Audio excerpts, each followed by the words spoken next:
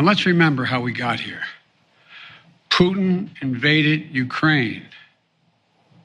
Putin invaded Ukraine with 100,000 forces. Just look at the facts. Since the start of the war in Ukraine this year, gas prices have risen by almost $2 a gallon in the United States and sometimes more around the world. But it wasn't just Putin's invasion of Ukraine. It was the refusal of the United States and the rest of the free world to let Putin get away with something we haven't seen since World War II. So for all those Republicans in Congress criticizing me today for high gas prices in America, are you now saying we were wrong to support Ukraine? Are you saying we were wrong to stand up to Putin? Are you saying that we would rather have lower gas prices in America and Putin's iron fist in Europe? I don't believe that. I don't believe that. No, there's President Biden trying to appeal to, I guess, a little bit of the souls of many of the people who were criticizing him over gas prices in the country, asking Republicans and conservatives and pundits and everyone else who brings it up. So would you rather us allow Putin's iron fist to rule in Europe? You know what many of them are saying? Yes, we do. But actually, gas prices probably would still have the same issue as well, which is where my issue comes in, because it's not that it's false what he's saying.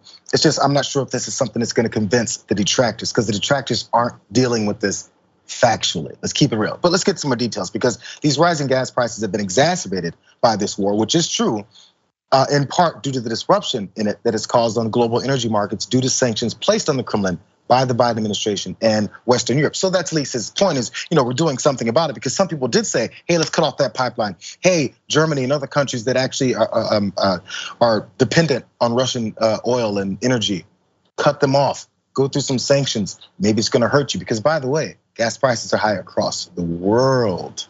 But Joe Biden runs the world, apparently. Continuing on, because Republicans, although they're complaining about this, what they do want are drilling permits. Things that have absolutely nothing to do that could alleviate this at all, but that's fulfilling their political promises to the people who paid them. Energy companies, lobbyists, the folks that keep them in office. They have to take everything and take it to that point. Do you think they want to end this? Not at all. So again, Joe Biden's approach here, I'm not sure if it's really gonna land with them. So more on this, excuse me. One of the part he is pushing that maybe we can question as well is the president in his remarks on Wednesday also officially backed the suspension of both federal and state taxes on gas.